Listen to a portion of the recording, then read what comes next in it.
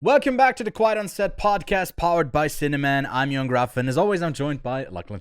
On episode 167, it's the final show of the year. So much to talk about, such little time. Ewan and I are catching up on so many things as we get to this final stretch of the year so that we can make our top X amount of films for 2023. So we can get them out, so we can get everyone a list for every reason, you know, best action movie, best, I don't know, what's another random genre that we could pick? Best Ewan? Fast and Furious movie. Best Fast and Furious movie in 2023. But still, it's hard to pick. There's a lot of competition, but yeah, Ewan, what else are we doing this episode? We both caught some stuff, as you said. We are nearing the end of the year. I got some series to catch up, some movies, mainly series actually that I kind of missed. So I watched the first 2 seasons of Reacher that's still coming out, but I was gladly enough given a screener, so caught up with that. I rewatched Perfect Days in the theater, and Lachlan, you caught Dream Scenario, Saltburn, and the Caine Mutiny Court Martial, and then we both sat down and watched Rebel Moon, and we got some thoughts to share on that one. Finally, we caught one last movie, and we're going to discuss it for the year. Well, you know, we're going to catch more movies after this recording, but we caught one film to talk about, and we picked it for this episode to talk about as our last main topic for the whole year. That movie is Maestro. It's Bradley Cooper's latest film in both the main lead and the director's chair. How does it add up? And stick around, because you'll find out our thoughts on it very shortly. Yes, so let's direct or whatever that intro up and get the show on the go. We are professionals. This is a professional podcast. Yes. Breaking Bad and Better Call Saul. Hello there. Which actually, Did you this get is me gonna a hat be as bit, well? Yes. So I've got Dooncam. It's just a camera with my Dune steelbook. I've never said those words in those combinations before, and I think there's a reason for it. Yeah. But there's no news this week. We do have some news, I guess, from within this. You've been calling this the last show of the year. It is technically the first one of next year, because this comes out on the 1st of January. It does, doesn't it? Yeah. Yeah. Well, it would naturally on a Tuesday, because that's been our release, be out on the 2nd. But for 2024, we are making a change. I don't know if we can uphold that, because it's a quick turnaround time. But the podcast should be coming out on Monday nights for European time zone enthusiasts who live within, I guess, a couple hundred kilometers of me. It should be Monday nights then for you. Early Tuesday, and for those in the States, should be out around noon on Monday. But we'll see if I can keep up with that. But at least that's the goal for 2024, to get you the episodes a bit earlier than usual. But because it's Christmas break and New Year's break, there's not really anything that dropped trailer-wise, news-wise. There's also not a lot going on. Apart from one of the actors in Parasite, sadly passed away, Lee Sun-kyun, and just really sad. I don't want to get into the details or anything here. It's just a movie I really appreciate, and he was fantastic in that role. It's just sad to see someone go. But yeah, that's that when it comes to the news this week. So we are jumping straight into discussion time, where I'll kind of throw you into the cold water, because I didn't really tell you what we were going to do this week. And, you know, apart from the TV shows and the movies that I'm catching up, I'm also trying to listen to some albums at the end of the year. And I was just wondering, is there like a favorite album that you have this year, or maybe a favorite soundtrack of a movie as well? Or I don't know if you listen to movie scores. I don't peg you as a person who listens to movie scores, but anything in the music realm that you can share with the listeners. Oh, Ewan, you think I'm so unprepared for this one, and you think I don't listen to music scores. So how offended do you think I am right now? You are Aussie, so I think it's still kind of moderate. Also, you're like free beer steep. So I don't think you're actually mad at me. But for the sake of this episode, he's super mad, man. Dude, Clearly. So mad. Look, there are not really any favorite albums or scores. There are some definite highlights For me, one of the great things about the creator was the Hans Zimmer score. Absolutely loved that score. And it goes the same for Oppenheimer as well. That had an incredible score to it. I'm trying to think of other films right off the top of my head because yes, technically I am unprepared. If we're going to talk soundtracks for a second, Guardians 3 had a wicked soundtrack, and Agreed. most recently Saltburn had a really good soundtrack in my opinion. I think there are some really banging tunes in that soundtrack that they use quite well, and I enjoyed that definitely. But yeah, in terms of yourself, while I have a second to think about it instead of just throwing me under the bus, do you have anything prepared, Ewan? For me, it was more like the actual music realm of albums that I wrote down. But for soundtrack wise, I did put down Guardians 3. I'm someone who's like completely lost with the score. I don't pay attention to it at all. Usually, when I'm experiencing a film. So it's not something that stands out unless it's like Oppenheimer where it's so in your face the whole time. Then it's a standout. Other than that, I feel like I love it when it kind of fades into the background and just aids my experience. I guess Saltburn had a banging soundtrack too. I think the score in Past Lives was really good. I also loved the soundtrack in Perfect Days, just the Lou Reed songs and stuff like that.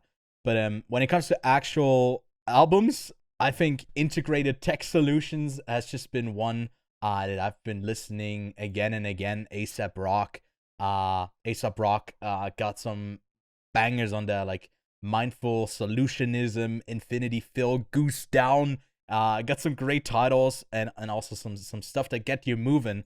Almost have like the entire album as like my liked things on Spotify. I also am I like girl pop quite a bit.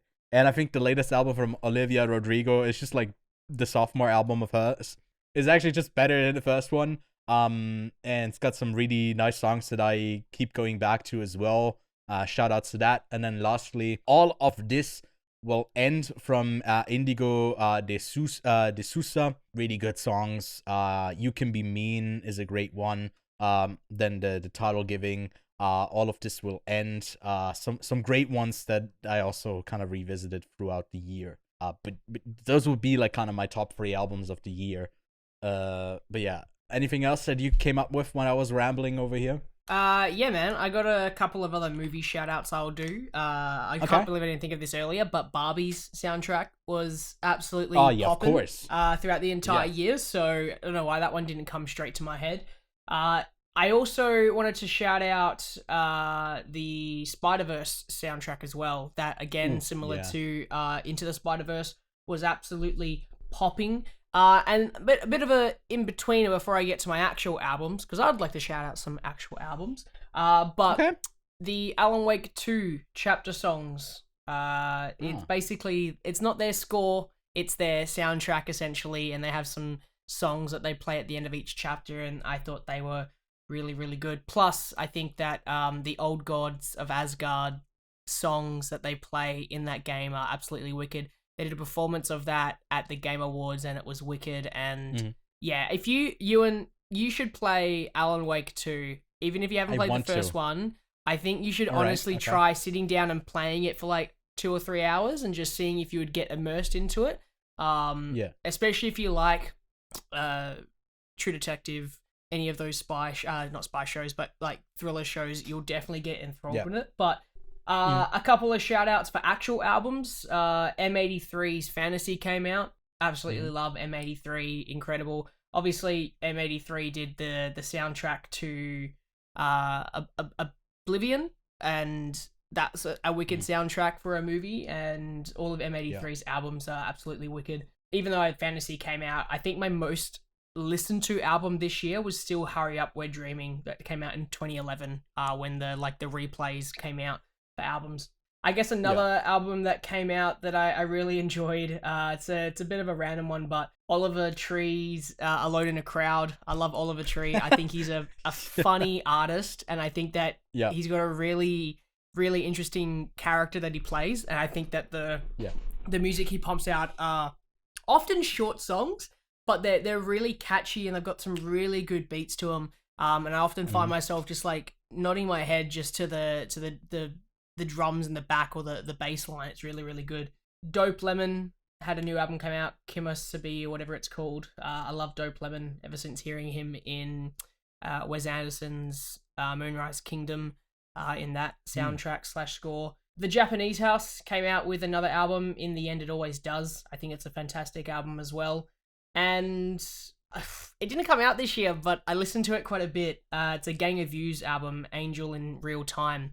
Absolutely fantastic songs in there. It came out last year technically, but I fell in love with it this year. So yeah, heaps of really good albums. I'm not someone who has a vinyl player, but I've seriously considered recently getting a vinyl player and getting the albums that I really, really love on vinyl, similar to how I do it with the 4Ks and Blu-rays. Yeah, I got one last year, but I've yet to properly set it up. So similar to the games I own, I haven't gotten around to it. And vinyl prices, I feel like it's gotten popular again. And I don't know if the prices were always that steep, but you really just can get the stuff that you really, really, really want. But yeah, I think it's also in part due to A24 having some sick vinyl covers for some of the soundtracks for their films.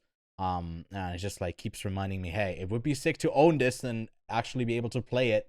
But maybe I'll get some vinyls as well. But I mean, just from the stuff that you just shouted out, I feel like I listen to as much music as I can kind of fill throughout the year. But it's like as vast as movies go, where there's thousands and thousands of artists and albums that come out all the time, and it's impossible to keep it on your radar. But yeah, some good stuff in 2023. That's pretty much it for discussion time, that music themed iteration of it this week. So let's get to what we've been watching.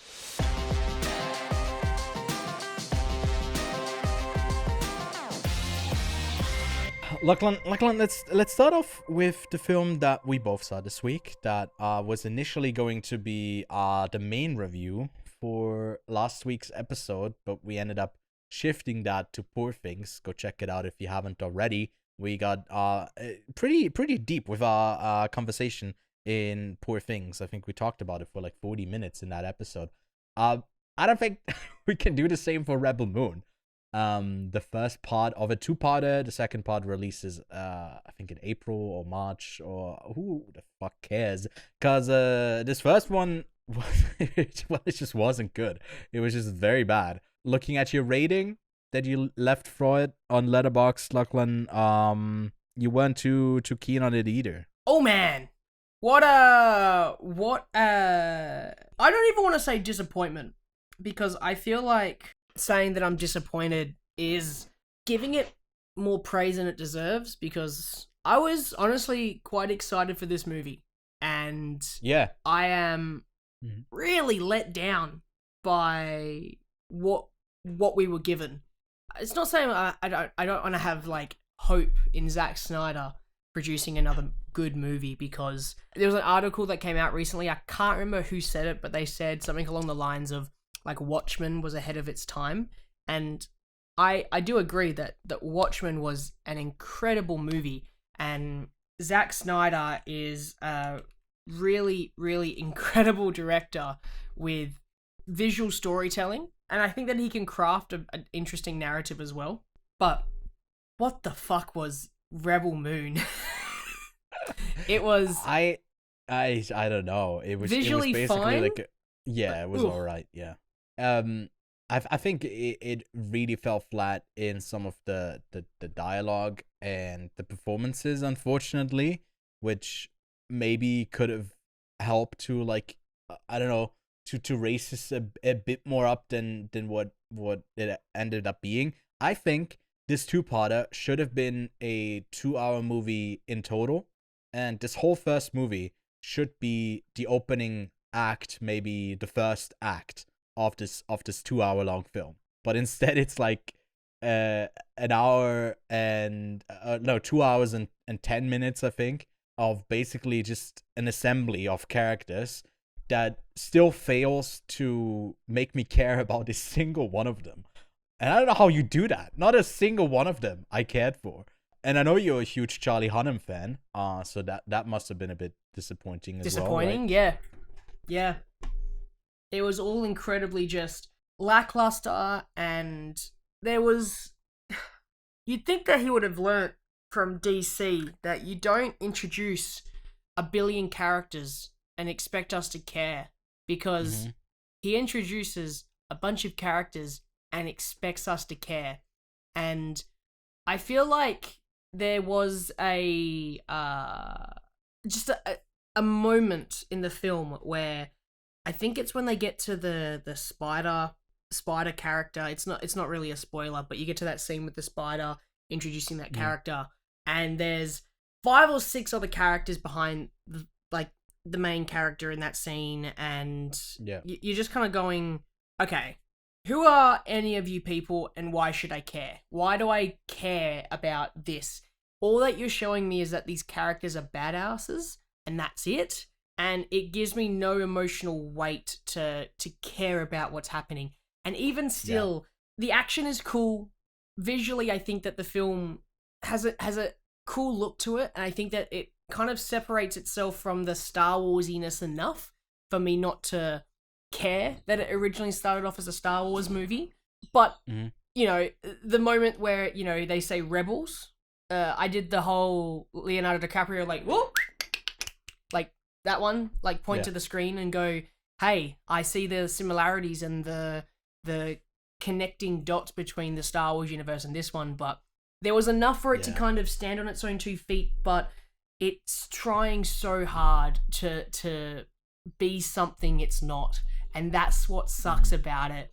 I'm thinking Snyder should have just let this particular idea die, and this movie, and I don't know if you agree with me, but this movie has made me thank whoever decided not to do it, but thank Tarantino didn't make a Star Trek movie. Right. And not because I think Tarantino would make a bad Star Trek movie, but because what might happen is that movie doesn't become a Star Trek movie and it's rewritten to be a different movie, and you just know that those dots are connected somehow. And I think that's a very similar thing that's happened here. It started off as a Star Wars movie, and it's like, nope, we're not going to do that anymore. And instead of just letting the idea die, they go, nah, let's make this movie. And it's like if Tarantino didn't want to do his 10 movie thing and decided, I'll do the Star Trek movie, but I won't make it Star Trek. It's probably going to be this weird, surrealist Star Wars. It's like watching Star Wars on acid. It's like, if you squint hard enough at the screen, it looks like you're watching a Star Wars movie. Yeah. I mean, I don't think it distinguishes itself like enough to be not just like, it's obviously a Star Wars movie. I mean, that's how it feels. And I don't think he's hiding that. I think you can do space operas and sci-fis similar to Star Wars that have its own identity. But this one struggles to have like any sort of identity. It feels like it's pulling from anywhere without giving any of its characters. I like, on paper, these characters all have backstories. They have history, and you can sell a bunch of books about them. But who the fuck cares if I don't care while you're in a story that should be engaging? And like, for example, the spider character played by Jenna Malone. She has a name. She's Harmada, and I'm sure that there's like, the way that they play it up is in there's levels to this. She's not just like in the movie, she's like, I think, stealing a kid or wants to eat a kid or whatever, something like that. And there's probably going to be like a lot of backstory for why she ends up there, what her whole thing is. But again, like you said, in the scene, it's just like them standing around, a bunch of badasses, someone new gets introduced, so they got to deal with it. And it's so formulaic. It's so boring to see unfold. And then also the whole movie kind of ends with not to spoil exactly what happens, but it's basically a reset. You can skip this entire movie and probably just watch the second one and probably get like light introductions to some of the characters again, likely, to kind of catch you up to speed. And you don't need to see this first one. Because it all feels like it's an in between, not the actual story that we need to see on screen, not the story that needs to be presented to us. It all feels like a prelude to something bigger, to something more that he's promising, like a Snyder cut, like an extended thing. And it's like, nail the first thing that you're doing in the first place. It doesn't need to be the second or third or fifth iteration that people get excited about. It needs to be the thing that you're doing right now. And I don't know if Zack Snyder is really able to do that, because like there were talks about like, it wasn't like the R-rated cut, but you're on a streaming service. You could totally do that right now. There's no real restrictions for this film. Doesn't need to be in black and white and boxed in by one aspect ratio that this movie is good. But like, if it was, it would be better. What does it need? It would be so much better, man. It'd be so much better. If it was R-rated, 1:1, black and white only. At least 2 stars more. Done. Yeah, and all the slow motion is just like, instead of 0.2x, it's 4x, you know? It's just like even slower. Which the slow motion, I think, wasn't the worst part in this. Sometimes it gets gratuitous and like it's so much slow motion. I feel like there's an annoying amount of slow motion, but it could have been way worse. But yeah, Rebel Moon, very underwhelming. Yeah, I guess it's gonna be another one for it. Another one. It does feel like a bit of a fever dream, which connects it to another movie that you caught up this week. Came out on video on demand.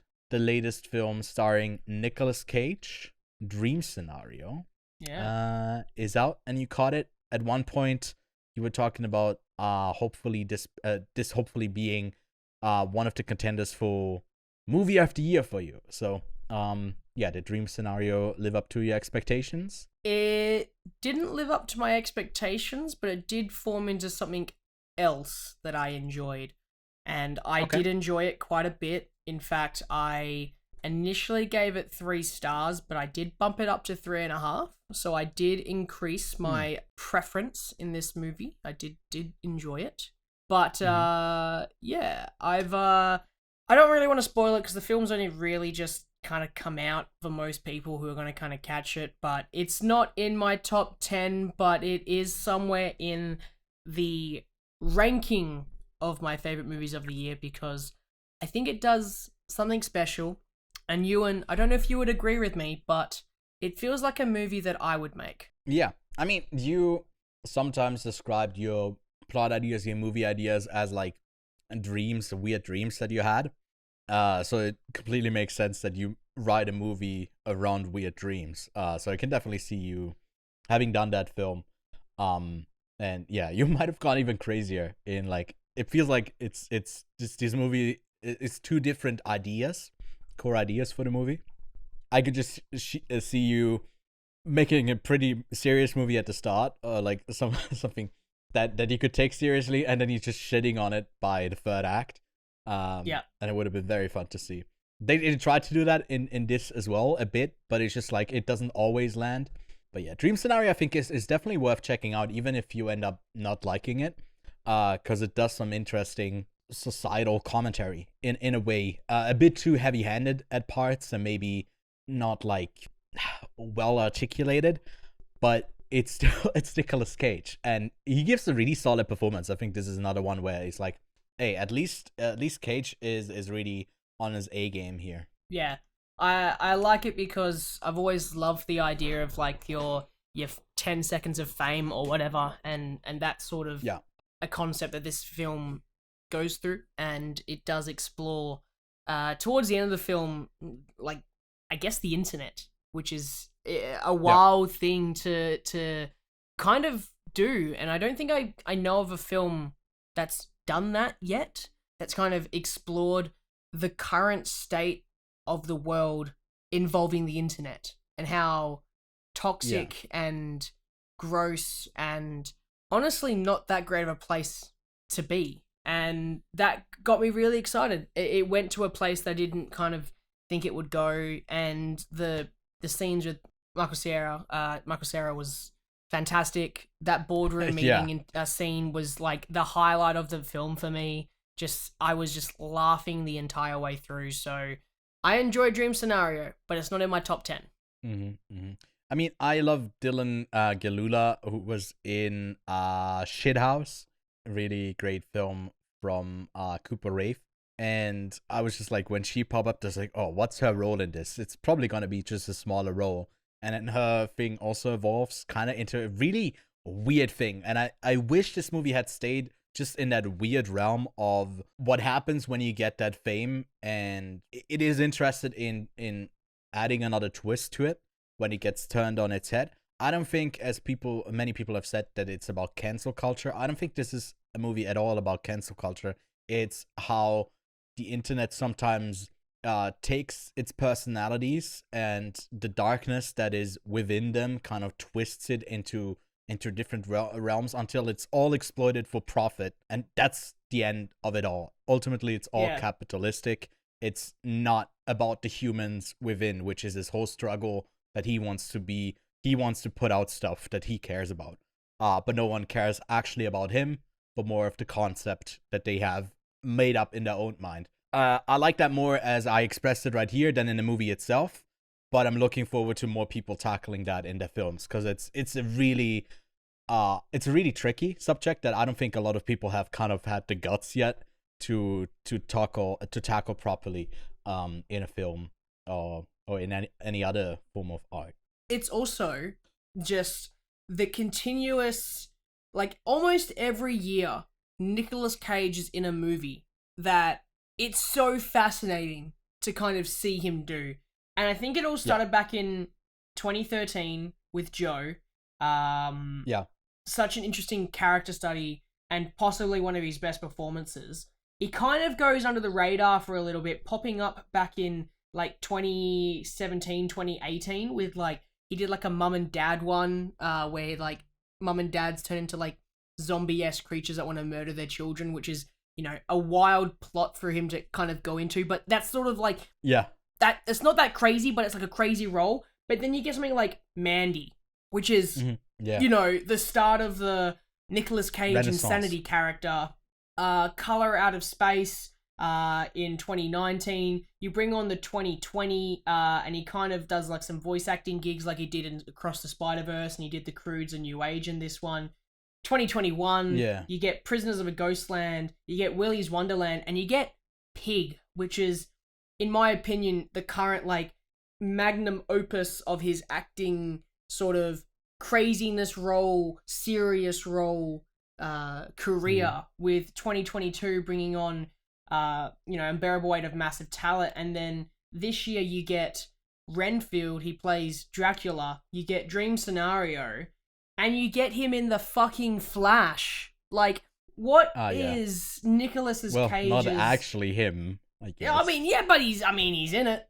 It's his face, it's his likeness, it's him. It's technically him. So, like, I'm super, super engaged with his career right now because he's picking films that other actors are going to go, nah, I'm not going to do it. And he has got a legitimate acting career under his belt, but he seems to be having the most fun that any actor currently is having in roles. Like, I just enjoy seeing him doing these roles of just having fun, enjoying it. And if I'm honest, in this film, Dream Scenario, it's not like his character's just a nothingness burger. Like, his character's got depth.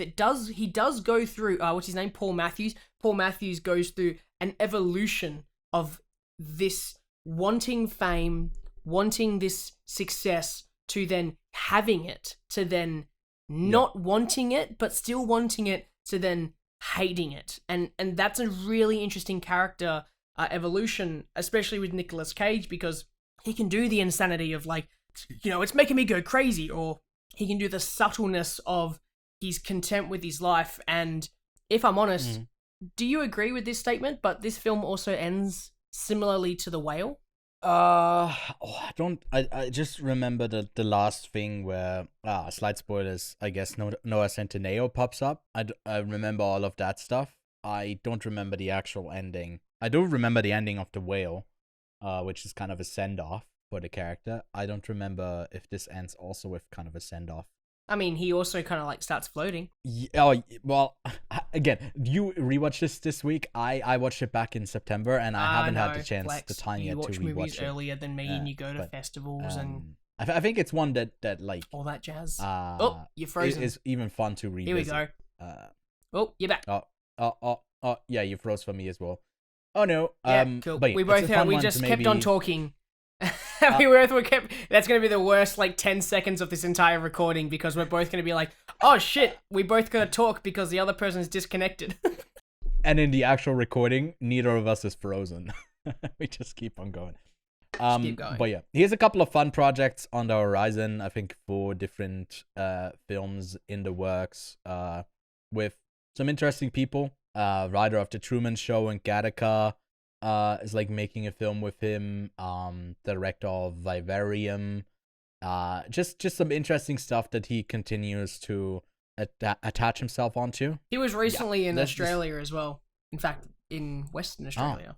For what? Just for recreational reasons or for a movie? The Surfer, which is the one by the guy who did Vivarium director.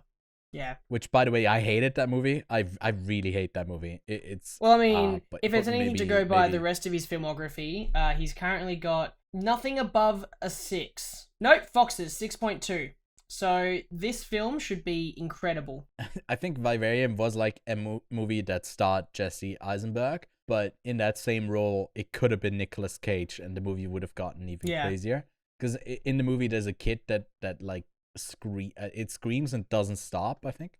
And there's a match made in heaven with a scene where Nicolas Cage also does a continuous scream that doesn't end. And that's your promotion for the film. Nothing else needed. So I guess he's gonna be on a surfboard and screaming at the waves, and the waves are gonna move away. That's gonna be the surfer. But yeah, you watched some other stuff as well, apart from Dream Scenario. Yes, I finally watched the Caine Mutiny Court Martial, which was much requested. A courtroom drama, at the request of Kev, and I will say that it probably was overhyped, because by him, yeah, of course. By him, so it didn't.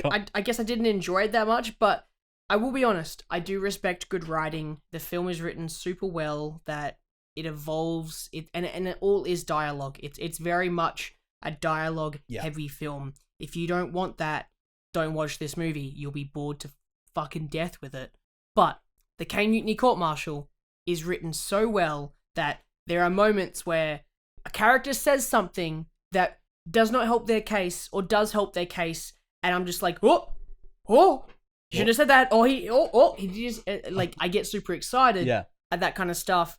I'm not a massive courtroom drama person, and I don't think it's my favorite courtroom drama of the year. I think Anatomy of a Fall, unfortunately, was such a strong entry at the start of the year almost that any other courtroom drama that I'm going to watch soon is going to be ruined. But I do respect the one scene films where this film primarily takes place in one room, and that's it. Yeah.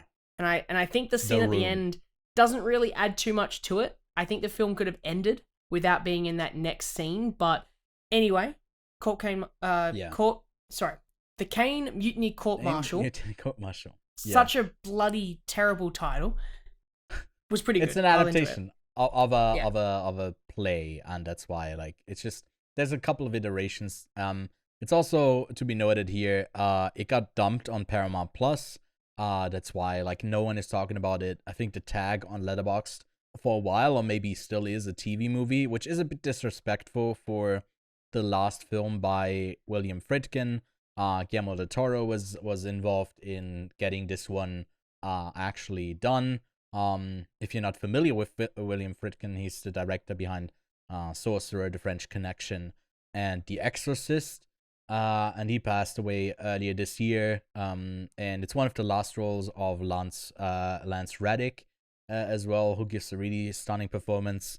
I think that one scene that Kiefer Sutherland has is one of the best scenes of the year, especially just as a supporting actor. I know this movie is not contending for any Oscars, but this would be worth nominating for what he brings to the table. And just if you like smaller films that are like set in one room, mainly dialogue, like Lachlan said, I think this is a great one. Although it also doesn't shoot to like the top of my into my top 10 of the year. I think it's a very solidly made movie and a respectable last entry into the filmography of William Friedkin. Finally, I watched Saltburn. And oh yeah, Saltburn, baby. All I have to say is, could be my most disappointing film of the year. Over like Rebel Moon.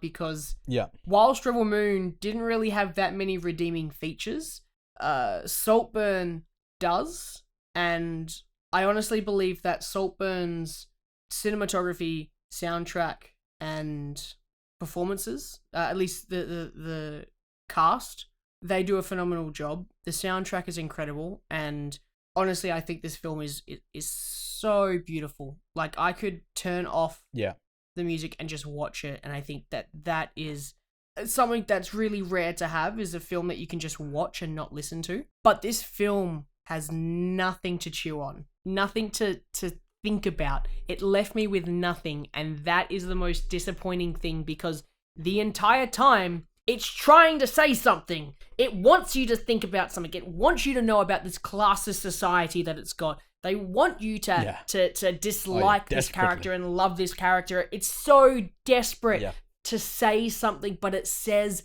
nothing. And that is the worst part, is that there are so many redeeming aspects to this film, but the biggest thing that this film is trying to do is give you a message, and there is nothing in that message. It is just a corpse of a message. It's just holding it by a thread and bringing you through this story. And I don't enjoy, what's his name, Barry Keoghan's performance is great, but his character does not evolve, and that makes it so boring that his character doesn't go through an evolution. And you want your main character to have some sort of evolution, like we spoke about previously with Nick Cage's character. You want it to go from somewhere to somewhere to somewhere, right? There's a hero's journey, even if he's not a hero. That's the other thing. Yeah. He is still your main character. He still has to go on a journey, and that doesn't do anything. And it was so frustrating. I think it's not an evolution or revolution. It's a revelation, but not even to that character, but to the audience. And that's what's disappointing. There should still be some sort of arc that he goes on that's not just a fucking orgy. And this film does play for shocks. And the thing is, I was talking to somebody about this, and they said that, clearly you don't enjoy the film because of all the sex scenes. And I said, have you seen Poor Things? They're like, no. And I was like, that's one of my favorite movies of the year.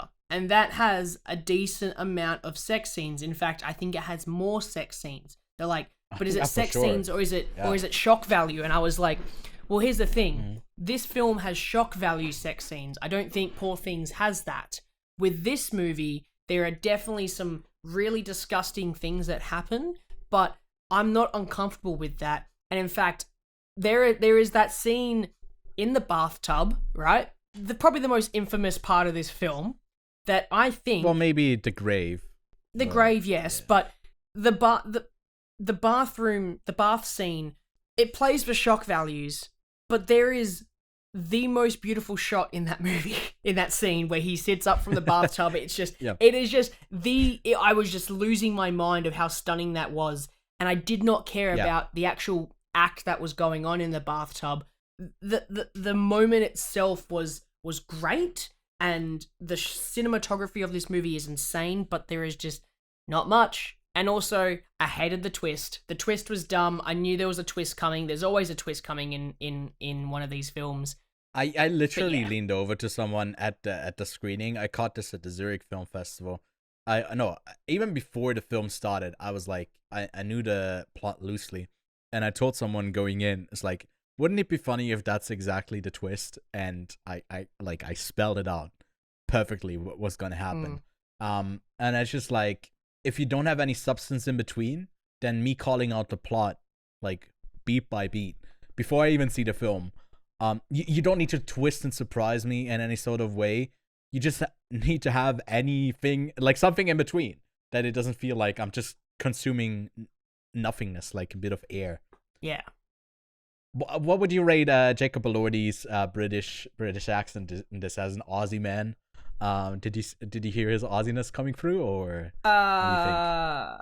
Thought it was pretty solid, his performance. I didn't really hear it. Yeah, I didn't really hear it come. There was some, but yeah, like I didn't think his character was that interesting. If I'm totally honest.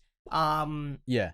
But because like I am gonna be watching Priscilla in the next couple of days, so I'm excited to see what he does in that minimal role. Is it good? Yeah. I think good, I think it's very good. I think he's better than Austin Butler, in my opinion, as Elvis. Great. Good stuff. Can't wait to hit. Just in the background, I think. And yeah, this wasn't like a setup for you to like call out that his accent work or anything is bad in Saltburn. I think he's a great actor, and I think he's kind of evolved very quickly from the roles that he's been given to the stuff that he actually wants to do. If you hear him talk in interviews, he's inspired by the greats of like the 50s and the 60s as well, like that movie role type-ish, I guess, persona. And seeing him in Venice on the red carpet for Priscilla, Flex here, like when he entered, he has that movie star persona about him. It's just kind of fitting his tall frame and his whole personality. And I'm looking forward to the next stuff that he's attached to, because I think he can certainly deliver.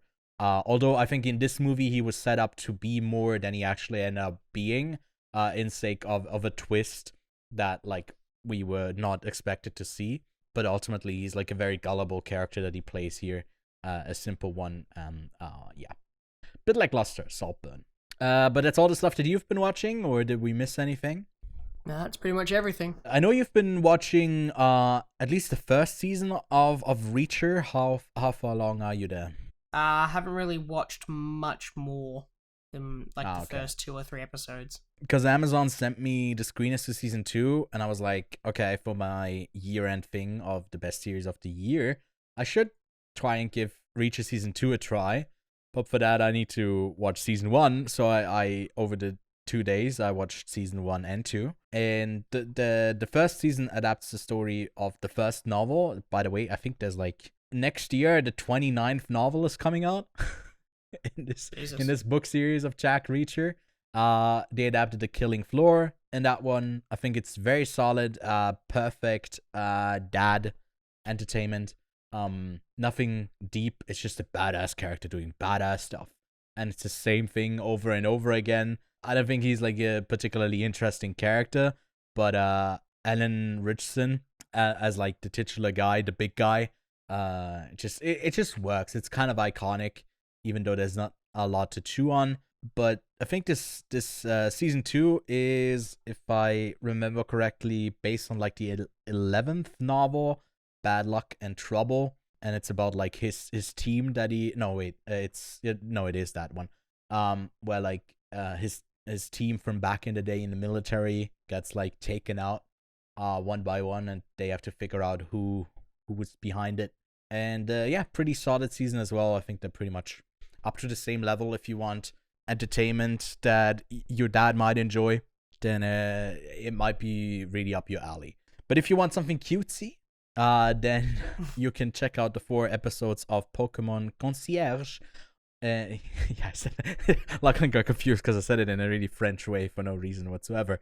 But it's like it's like a series that doesn't really have anything happening. It's obviously about like, it's just about someone who arrives at the Pokemon Resort, and she takes up a new job, is in charge of taking care of Pokemon, and it's animated in like a stop motion way. I didn't look into if it's like anything computer animated or if it's actually hand animated, but there's only 4 episodes, and there's not a lot that happens in those 4 episodes, so it felt like it could definitely have gone like double the length. But there's some cutesy Pokemon. I feel like you could play this on loop for like a 4-year-old kid, and it wouldn't harm them in any sort of way. Certainly better than some of the stuff you get to see on YouTube. So maybe that's like the target audience. It's fine. And then What If Season 2, an animated series from Marvel that's all kind of made in the same style, which is probably the most disappointing thing about it.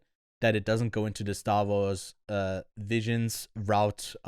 It's probably all made in the States as well, whereas Visions, Lachlan, you can help me out here, I think it's done by like a couple different studios in Asia as well. Yeah, done all around the place. Different places make it, so unfortunately it's just, yeah, it's not the same concept, but is a similar concept. I don't know. Who knows? One of the episodes in What If is, like the second episode is, what if Peter Quill attacked Earth's mightiest heroes? Then it just goes like, hey, the boy goes to Ego and then they attack Earth, but Peter Quill is not actually bad. Happy Hogan Save Christmas, that's just like a Die Hard thing where they have like that happen, and I think it references a bunch of other films as well, and that's all these stories are. They end up being like really underwhelming. The next one is like Iron Man crashed into the Grandmaster. I don't know. All of these kind of feel like lackluster. They did one episode 6 that was in an actual indigenous language. I think at least that's how it appeared to me. And that one was actually like the most interesting thing they've done with this, where it doesn't really connect to any character that we know, and basically just like, hey, this is a completely different story that we haven't done in live action. And then it ends with like the Doctor Strange of this What If universe coming in. It's like, and saying like, oh, I've been waiting for you, or I've been looking for you for so long, or something cringe like that. And I was like, they can't help but I think the like penultimate or last episode is also about them like teaming up again in the kind of loose characters that are connected through the multiverse in this. And yeah, Marvel is not really learning its lessons with this show, at least, but it's also animation, so this has been in the works for a while. Hopefully in some shape or form they can turn the ship around, but this isn't it. I think pretty underwhelming. Yeah, maybe you can go check out episode 6 of season 2. That one's all right-ish. And then on Christmas Day, I took my family to go see Perfect Days. Now, cinemas are closed in some places here over Christmas, and so was my local one that I work at, and I did a private showing of Perfect Days in there, and it was a lovely time. My mom and I cried our eyes out by like 5 minutes in, and I was like, damn, okay, I guess I got that from somewhere, that we immediately connect with what this movie goes for. I found it incredibly moving. It still is at the very top of my list. Spoilers here for 2023. I adore this film, and yeah, I can't wait to revisit it again at some point. So I feel like it's also not been popping up on a lot of people's end of the year lists. Seeing a lot of like Past Lives, which I love as well. But this one and How to Blow Up a Pipeline, I think, has kind of gone under the radar, and it's two films that we quite liked. Maybe I liked those two a bit more than Lachlan did, but I certainly also appreciated them. But yeah. And then lastly, I watched Small, Slow, But Steady. You watched the Caine Mutiny Court Martial off of a recommendation from Kev. I watched Small, Slow, But Steady, which is about a hearing-impaired woman with dreams of becoming a professional boxer due to the pandemic. And due to the pandemic, her boxing club is threatened to close. And it's this really small story about like the connections that you make through hobbies, and how they kind of quickly get really important to you if that's one of the things that you can attach yourself to. And when those connections, because of whatever reasons, kind of go away or are threatened to like be torn apart, how impactful that can be for a person. It's like really a slow and slow and steady, a small movie, and I can shout it out.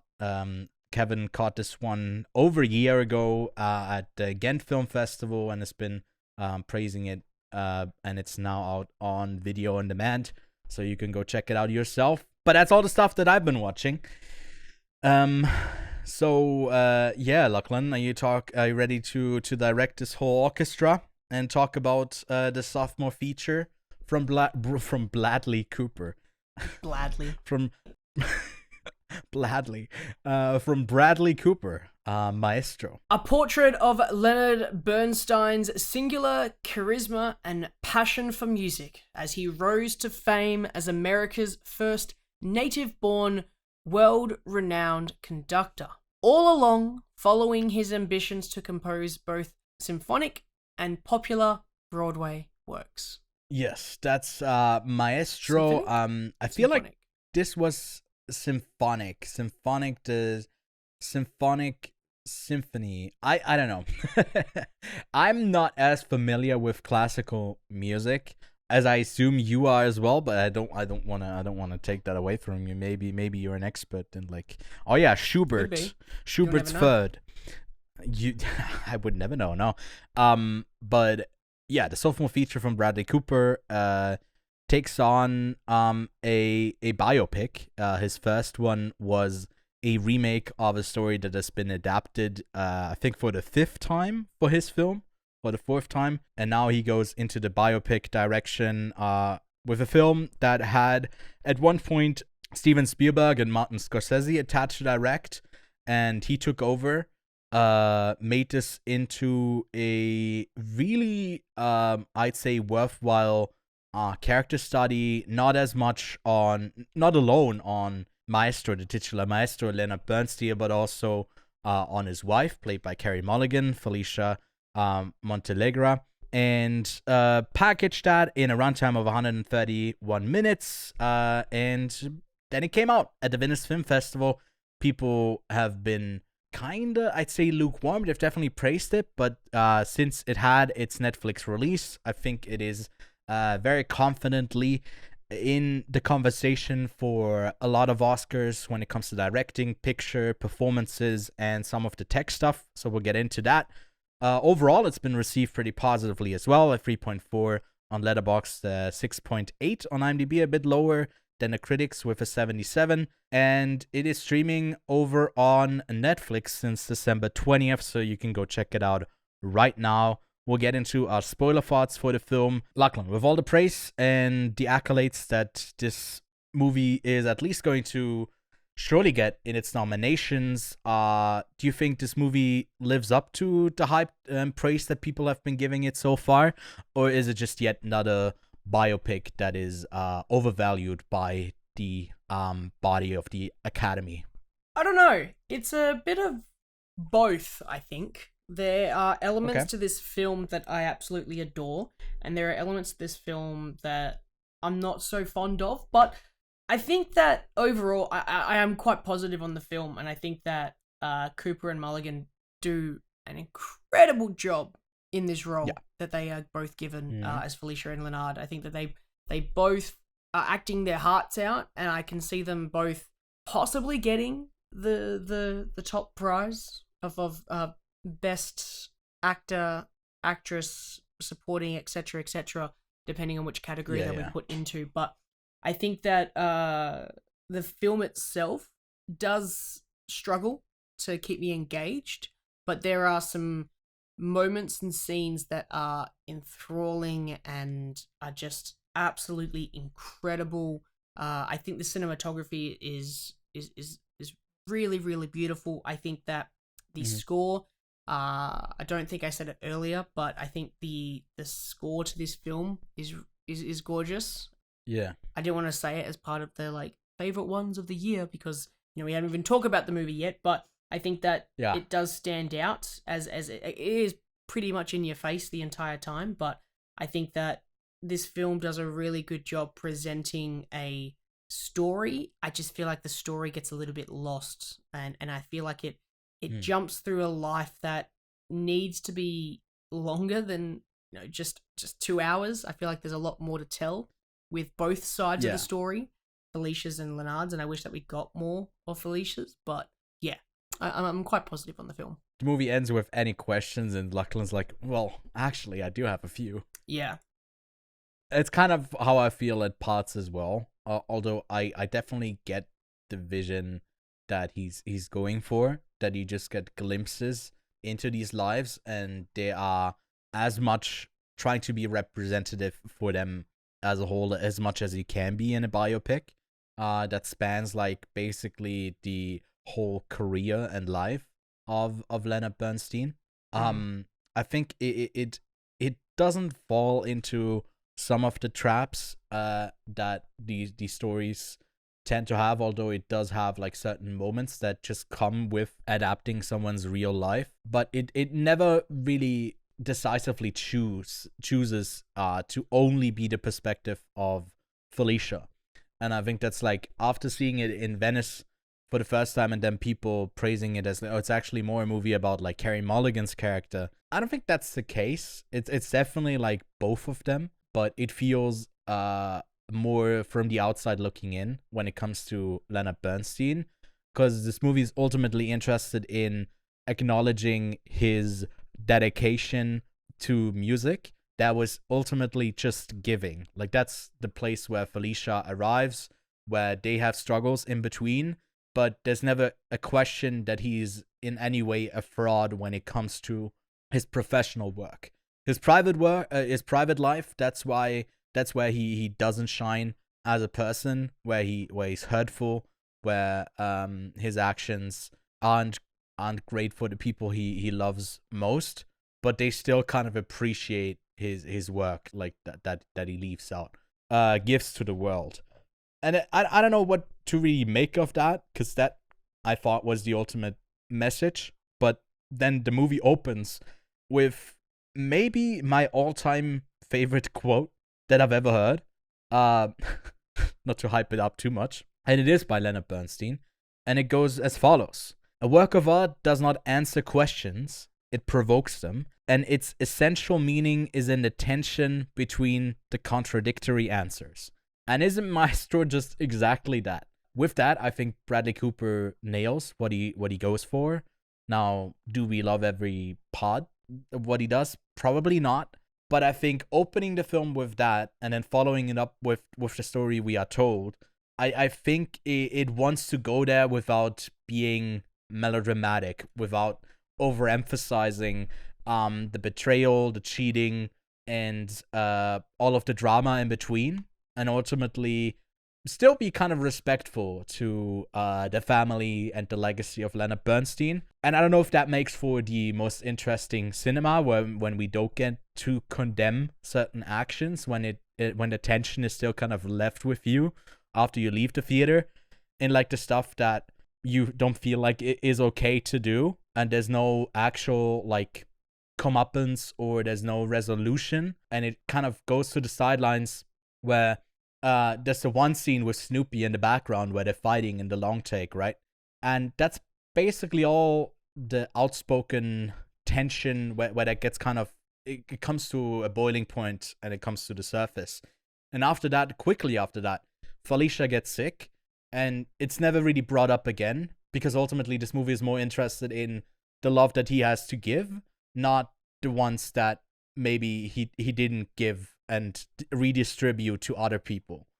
If that makes any sense. And I think it's ultimately like really beautiful in what it ends up telling. And I like the film quite a bit. I liked it a bit more on the rewatch. But like you said, there's still like some stuff that I feel like that I'm missing, but I can't really put my finger on where I wanted to get more. Other than, yeah, you said you wanted more from Felicia. I mean, I'll take that, because Carey Mulligan gives one of her career best performances in this.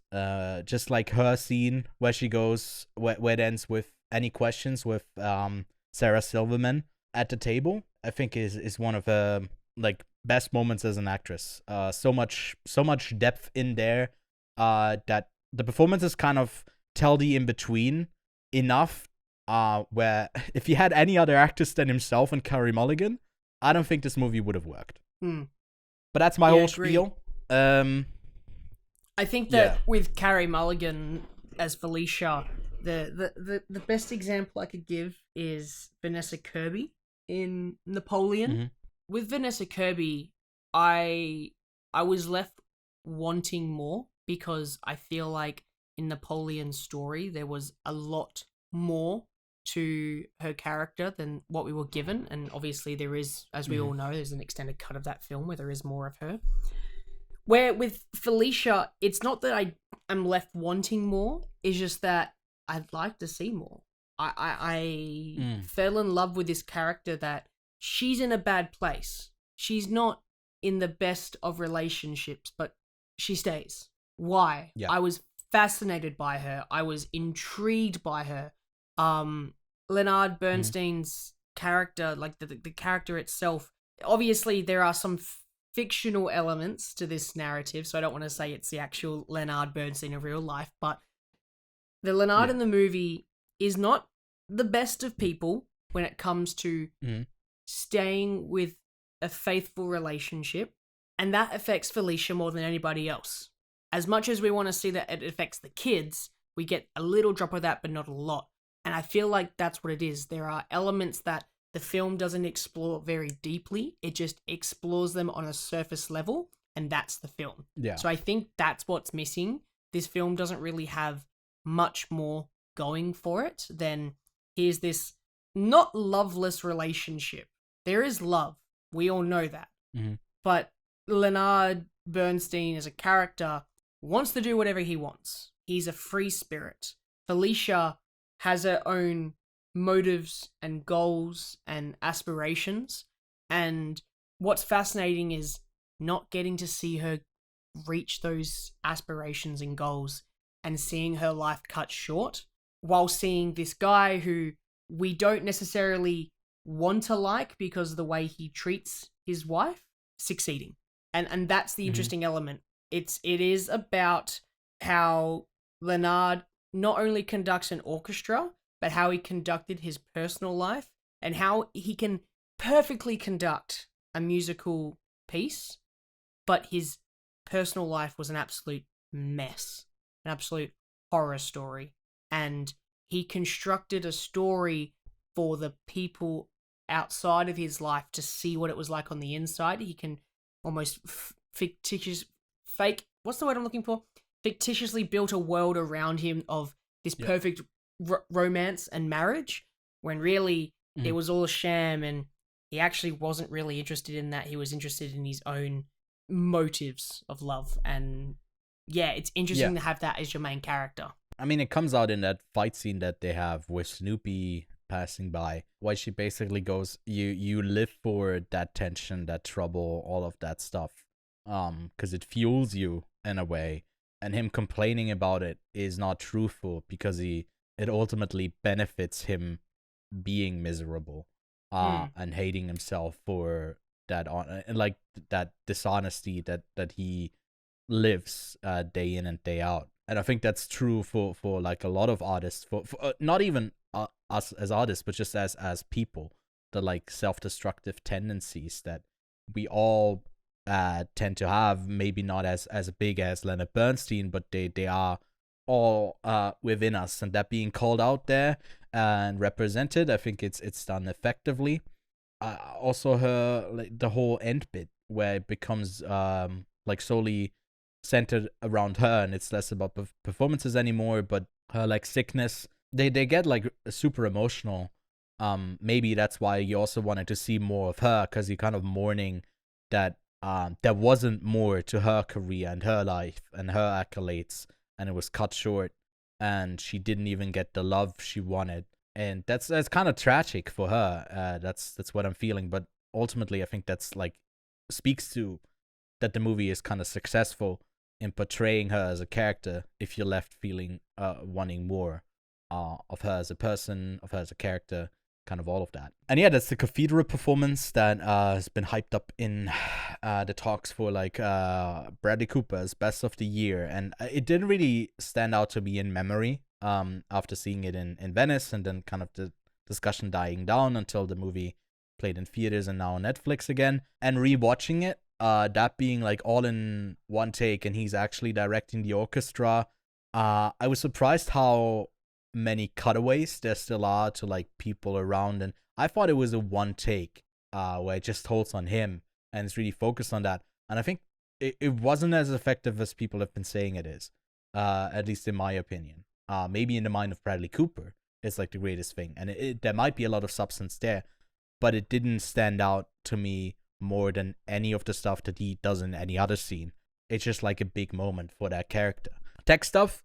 This movie goes from black and white, a 1:1:3 to 1 aspect ratio, to color. There's like a really powerful moment that kind of passes you by if you don't pay attention to it. It's that smooth and that perfect, editing wise as well. Where Felicia looks out, there's a transition of a scene where you look at her looking somewhere, and then it transitions places, and then it transitions again to us looking at her, looking out the window, and then we are in color. Seamless transition there. A lot of interpretation to what all of that could represent. So for me, it's like num num num. I'll eat that up. It's also shot on like these Panavision Panaflex cameras, so old-timey cameras, shot on 35mm. I think it's a good use of black and white to color, because both look amazing. I don't know, do you have any feelings about them switching from black and white to color? Is it like tacky? Is it effective? I'm trying to watch this transition. It's like about 45 minutes in, maybe 50 minutes in. I found the moment, because obviously it is a dark scene, so it hides the boxiness of it all. Mm-hmm. And then dinner scene. I'm just surprised I didn't notice the actual change. I didn't notice it either when I first saw it. So I was really paying close attention to it, and on my rewatch, I had to rewind because I also missed it on my second watch. I had to look for it again. Because it is that seamless. You're like, oh, hold up, why is that color now? I thought this was a black and white film. Yeah, and then right. And then I'm watching the transition into the widescreen. Yeah. That one's just a fade, so it's not as good. But yes, the transition, it's not as seamless as I thought it was, but I didn't. I kind of noticed that it was like black and white and color all of a sudden, but yeah, I don't know. I do appreciate it. It's nice. It's great cinematography from, shout out to the cinematographer Matthew Libatic, who did like also, you shouted it out earlier, The Whale. Yeah, Aronofsky's movies mainly. That's his guy. But he also shot Bradley Cooper's first film, Stars Born, and for some reason also Venom. So his magnum opus. So that's that. Venom. Yeah. And Iron Man. But yeah, that's pretty much all I have to say about this film. I think it's worthwhile. It's probably the best. No, I was about to say the best biopic of the year, and I was like, no, hold up, Oppenheimer's here. Hold up, he's knocking. The A-bomb is knocking. That is better. But Maestro is very solid. It is very solid. It's not as groundbreaking when it comes to, like, I don't know, doing 3 different storylines, then black and white color, and then one of them is doing a 180 every 50 seconds, and that's Christopher Nolan directing. It's not as crazy as that, but it's still pretty good. Rating wise, I'm giving this a 4 out of 5. I was at a 3.5, but I moved it up to a 4. I agree. I think that this film has one of the best openings to any movie this year. I think that it's extremely so engaging. Energetic. It's energetic. It's fun. It makes you go, oh, I want to enjoy this character. And the opening cinematography to the film is stunning. It's just, oh god, it was just, I had to literally pause, rewind, because I was watching it on Netflix, and just enjoy it that way. It was awesome. Yeah. Again, film has its downfalls. Doesn't really give you much to chew on. Still gives you something, but not a lot. I'm giving it a 4 out of 5. Strong 4. Strong 4. Yes. Lachlan, it's time for double features. And I already took away the best double feature you could think up, pair up with this one. So you think? Looking forward to what you got in store. Yeah. Well, why don't what you would say you what pair yours up is with, then? Maestro? Well, I'm campaigning for the Venice Film Festival to have at least a yearly movie about like a maestro, a composer. We had Maestro this year, and the year before we had Cate Blanchett as Tar, and I want another one in 2024. So I'm going to go with Tar as my double feature for this one. Incredible stuff. Well, yeah, this is about constructing music, and it doesn't really ever show you the hardcoreness of making music, which is why I decided to do one movie called Whiplash. as its double feature. So, all right, yeah, that's also another very solid pick about someone very dedicated to the music, To their art. over prioritizing it over their relationships. Yeah, fuck me, that's actually a really solid pick. Whiplash. Thank you. That's why gotta I hit give you it that. in the show notes.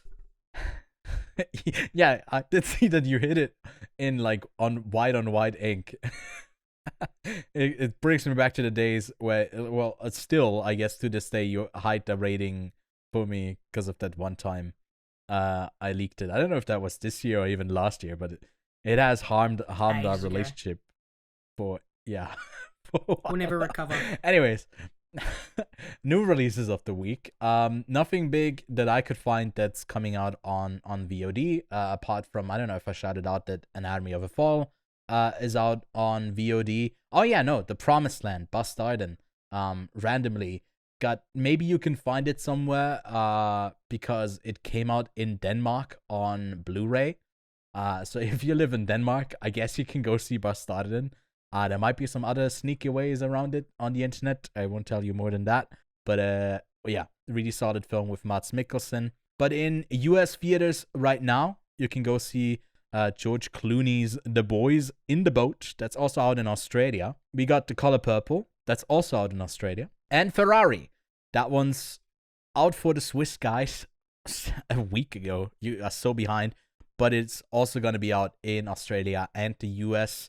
Then on January 5th, we are getting Night Swim, a bit of a horror film that is expected to drop over, I guess, the January week. Dumpurary, as some have been calling it, but it stars Wyatt Russell and Kerry Condon, so there might be interesting stuff in it. But you go for a night swim, and there's something sneaky in the water.